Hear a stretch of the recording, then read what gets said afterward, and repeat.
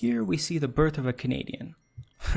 While not reality, that can be how some foreigners see us. Quoting Paul Henderson in Jim Prime's book, How Hockey Explains Canada, the Sport That Defines a Country, so crazed are Canadians for their national sport that they ranked outrageous hockey commentator and high school dropout Don Cherry ahead of Alexander Graham Bell, the inventor of the telephone, on the list of greatest Canadians in history. Many Canadian children fall in love with the game of hockey at an early age. Now, with the ability to easily watch players with the skill of guys like Connor McDavid, it's easy to watch the game and quickly fall in love through sheer amazement. Of course, some children might look at McDavid or other generational talents and think, that's what true greatness in hockey is, but I disagree.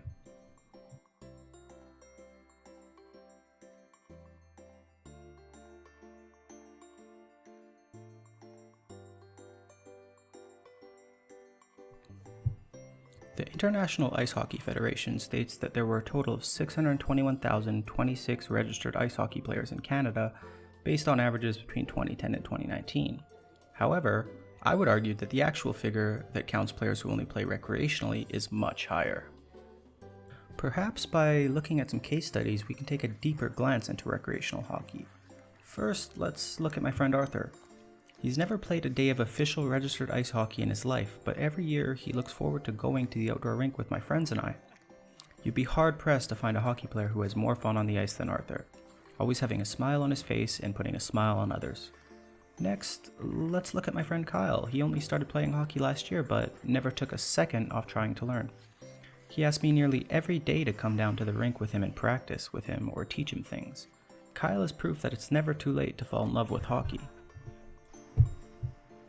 While it's never too late to fall in love with hockey, it perhaps often seems too early to fall out of love with it.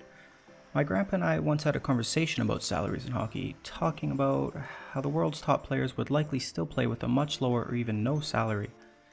We need only look at the thousands of Canadian adults that play men's league hockey. Men's league is no small fee, and these players are literally paying money and taking valuable time out of their lives to continue playing the sport they love. We need only look at the statistics for what was most watched on television to truly understand the reach that hockey has in Canada. Nothing comes anywhere near hockey in viewership. What can influence and impact the nation of Canada in the way that hockey does? Perhaps only a handful of things. Maybe what it means to be great at hockey is not being a generational talent, but instead continuing to fuel the passion and love for the game that was an inextinguishable fire when you were younger, or are feeling for the first time later in life.